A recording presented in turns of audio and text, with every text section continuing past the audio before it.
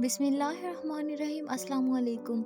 जिस्म से बदबू आती है तो अरक गुलाब पानी में डालकर नहाओ, बगल से बदबू आती है तो लेमन का छिलका मसल लो, चेहरा खूबसूरत बनाना चाहते हैं तो शहद और दूध पर चेहरे पर लगाओ, हमल के दौरान तकलीफ हो तो सरसों के तेल से पाँव की उंगलियों की मालिश करो, हैज़ के दौरान ज़्यादा खून बहता है तो केकर की लौंग खाओ, हमल ठहरने पर उल्टी और कै आती है तो सौंफ का पानी इस्तेमाल करें।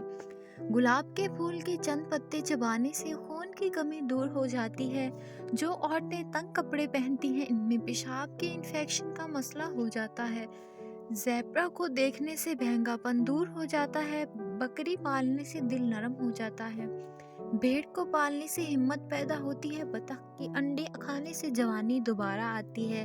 तोते को देखने से बीनाई कभी कमज़ोर नहीं होती। बतख का सूप पीने से मैदा साफ होता है। मुर्गी का सूप पीने से हड्डियों को ताकत मिलती है। मछली खाने से जिस्म की खुश्की दूर होती है।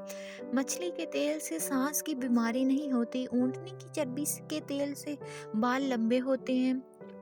तिलों को कच्चा खाने से हाजमा खराब नहीं होता। बटेर खाने से मर्दाना ताकत में इजाफा होता है।